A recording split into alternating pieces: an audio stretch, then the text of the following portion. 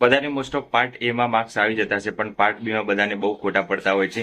અને એનું કારણ છે તમે જે પ્રેક્ટિસ કરી છે એ ખોટી છે, કાં તો તૈયારીની રીત ખોટી છે. તો આજે તમને હું બતાવીશ કે પાર્ટ બીમાં જે છે બંધારણ સબ્જેક્ટ છે એમાં તમે કેવી રીતે તૈયારી કરી શકો છો. 30 માર્ક્સનું બંધારણ છે, એમાં વધારેમાં વધારે માર્ક્સ લાવી શકો છો. તો વિડીયો લાસ્ટ સુધી બનાવજો, તમને બધો આઈડિયા આવી જશે. તો ચલો વિડીયો શરૂ કરીએ. તો બે બુક લીધી છે મેં. બંધારણની જે અલગથી તૈયારી કરતા હોય એ લોકો માટે છે. કોન્સ્ટેબલ વાળા મિત્રો માટે આખું બંધારણની આ બુક જાડી છે, એ કરવાની જરૂર નથી. બરાબર, એનસીઆરટી જીસીઆરટી ના મુજબ કરી દેજો, વાંધો નહીં આવે. પણ આમાં ટીક કરેલું છે બધું, એટલે હું તમને જેટલા ટોપિક કીધા છે એ બધા કરી દેજો. અગાઉ પણ મેં કીધા હતા એટલા ટોપિક જ કરવાના છે, બધી આખી બુક કરવાની નથી. એટલે ટોપિક આમાં બધા કવર થઈ જાય છે, અને એક જ બુક પકડી રાખીએ તો સારું, અલગ અલગ બદલવાની જરૂર નથી. યુવાની બુક છે મારી જોડે, અને જીપીએસસીની આપણા જોડે છે આ જીપીએસસી પીવાયક્યુ માટેની છે. બરાબર, એટલે જીપીએસસીમાં વિધાનવાળા પ્રશ્નો આપેલા હોય, કદાચ વિધાનવાળા પ્રશ્નો પૂછાઈ શકે કોન્સ્ટેબલમાં, તો તમે એમાં સરળતાથી આવડી જાય એવું ધ્યાન રાખવાનું. આપણે બંને તૈયારી કરવાના, હાર્ડ અને નોર્મલ બંને. બરાબર, તો બંધારણને આપણે તૈયારી કેવી રીતે કરવી જોઈએ? તો સિમ્પલ આપણે એક વસ્તુ ધ્યાન રાખવાનું કે જેટલા ટોપિક આપે છે એ પહેલા એકવાર જોઈ લેવાના કે કેટલા ટોપિક આપે છે, અને એમાંથી કયા સરળ છે. શરૂઆતમાં જેમ કે સરળ કયા કયા છે, તો જેમ કે મૂળભૂત ફરજો છે, મૂળભૂત માળખું છે, રાજનીતિના માર્ગદર્શક સિદ્ધાંત છે, એ નાના નાના ટોપિક છે, એ પહેલા કરી દેવાના. બરાબર, તો પહેલા જેટલા કરવા જેવા ટોપિક છે એ છે ભારતીય બંધારણનું ઘડતર અને વિકાસ. તો હવે એ કરી દેવાના ટોપિક. પછી આ જે નાના નાના છે, હવે એ એક વસ્તુ યાદ રાખવાનું, આમુખ છે. તો આમુખમાં આપણે 17.1 આપણે જોઈએ સિમ્પલ. તો એમાં એવું યાદ રાખવાનું કે અમુક છે, હવે આ અમુક છે. બરાબર, પ્રિયમ્બલ. તો હવે આપણે એ યાદ રાખવાનું કે અમુકમાં કયા કયા પ્રશ્નો બની શકે છે. સિમ્પલ આપણે જો બંધારણનું અમુક એક જ વાક્યનું બનેલું છે. બરાબર, એ રીતના વિધાનોમાં છે. પછી સૌ પ્રથમ અમેરિકામાં બંધારણ અમુકનો સમાવેશ કરવામાં આવ્યો હતો. અમુકની ભાષાનો સ્ત્રોત ક્યાંથી લેવામાં આવ્યો હતો? ઓસ્ટ્રેલિયામાં. આ ખાસ પૂછાય એવું છે.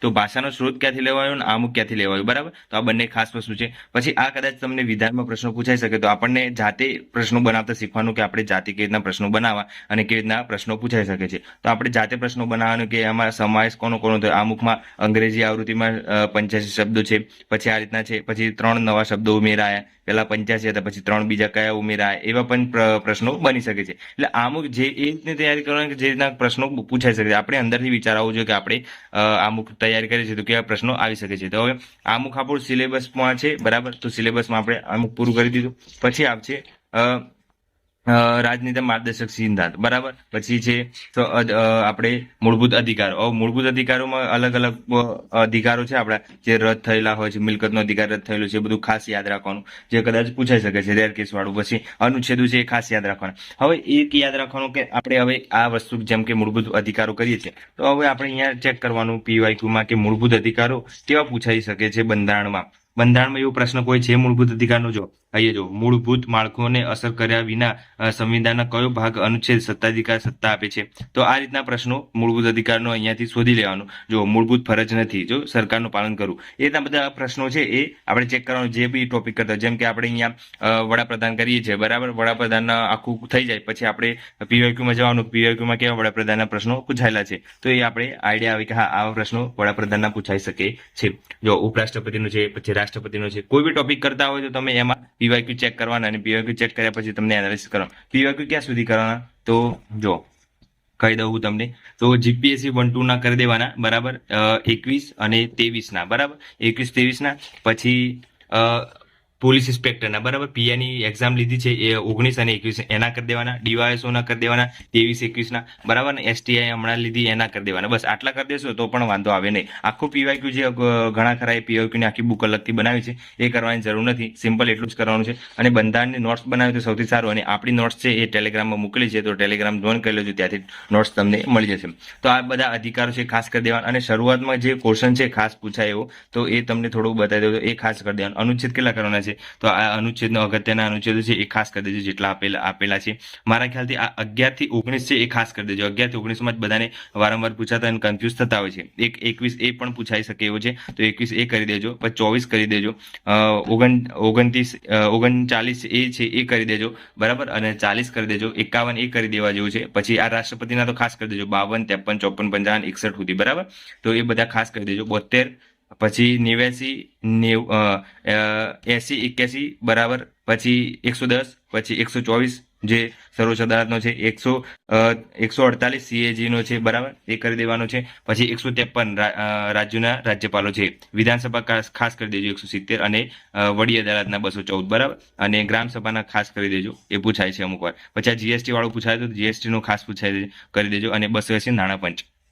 જેટલા અનુચ્છેદ IMP છે એ બધા મેં ટીક કરેલા છે, તો એકવાર તમે ચેક કરી લેજો. પછી ભાગ ખાસ કરી દેજો. ભાગ એક્ઝામમાં પૂછાયો હતો તો એ પૂછાઈ શકે છે, બરાબર, તો ભાગ છે એ ખાસ કરી દેજો, જેમાં અનુચ્છેદ સાથે ભાગ આપેલા છે કે ભાગ 1માં શું છે, ભાગ 2માં શું છે, ભાગ 3માં મૂળભૂત અધિકારો છે, ભાગ 4માં 4 એમાં મૂળભૂત ફરજો છે. એ બધું ખાસ કરવા જેવું છે. અને આ IMP છે જે બંધારણના સ્ત્રોતો છે, બરાબર. બંધારણના સ્ત્રોતો વારંવાર પૂછાતા હોય છે. તો ભારતીય અધિનિયમ, જેમ કે એમ કહેવાય કે સૌથી વધુ મતના આધારે ચૂંટણી વિજય કયા દેશમાંથી લેવામાં આવ્યું છે, કયા દેશના બંધારણમાંથી લેવાયું છે, તો બ્રિટનના બંધારણમાંથી. પછી એમ પૂછાય કે કાયદા દ્વારા પ્રસ્થાપિત પ્રક્રિયા કયા દેશમાંથી લેવામાં આવી છે, તો જાપાનમાંથી. તો એનું બધું પૂછાઈ શકે છે, તો આપણને આઈડિયા આવવું જોઈએ. તો આ કોઠો છે ખાસ કરી દેજો, જે કયા કયા દેશમાંથી શું શું લેવામાં આવ્યું છે, તો કંઈ બી પૂછાઈ શકે છે એમ.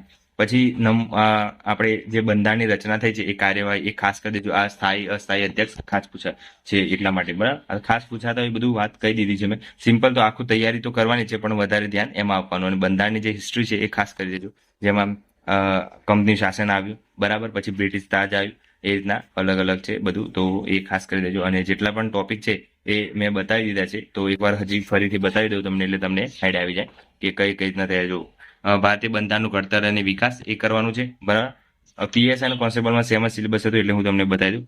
ભારતીય એકાતંત્ર લોકતાની લાક્ષણિકતાઓ, ભારતીય બંધારણનું માળખામાં શું શું કરવાનું છે, આમુખ કરવાનું છે, સંઘ અને તેના રાજ્ય ક્ષેત્ર અને મુખ્ય અધિકારો છે એ કરવાના છે. પછી ભારતનું માળખું કરવાનું છે, રાજનીતિ માર્ગદર્શક સિદ્ધાંત અને મૂળભૂત ફરજો કરવાનું છે. અને સુધારીય જોગવાઈઓમાં શું કરવાનું છે, બંધારણીય સુધારા એટલું કરવાનું છે.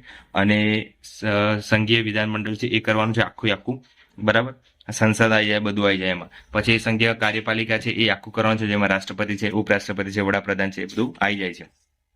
પછી આમાં કોઈ વિધાનસભાની સત્તા અને વિશેષ અધિકાર. પછી રાજ્યની કાર્યપાલિકા છે એ આખું કરવાનું છે.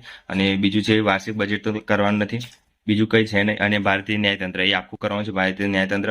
અને આમાં કયા કયા કરવાનું છે, બંધારણીય અને બિન બંધારણીય સંસ્થાઓમાં ચૂંટણી પદ છે, જાહેર સેવા આયોગ છે, એ બધું આખું કરી દેવાનું છે. બંધારણીય સંસ્થા અને બિન બંધારણીય સંસ્થાઓ બધી, બરાબર, એ બધી કરવાની છે. અને પંચાયતી રાજ છે એ આખું કરવાનું છે. પંચાયતી રાજ ખાસ કરી દેજો, એમાં ક્વેશ્ચનો વારંવાર પૂછાતા હોય છે. બસ આટલું કરવાનું છે, બીજું કંઈ કરવાનું નથી. વિડીયો ગમે તો લાઈક શેર કરી દેજો, અને સબસ્ક્રાઇબ કરી દેજો. તમારા મિત્રો જેટલા પણ કોન્સ્ટેબલની તૈયારી કરે છે એ બધાને મિત્રોને શેર કરી દેજો.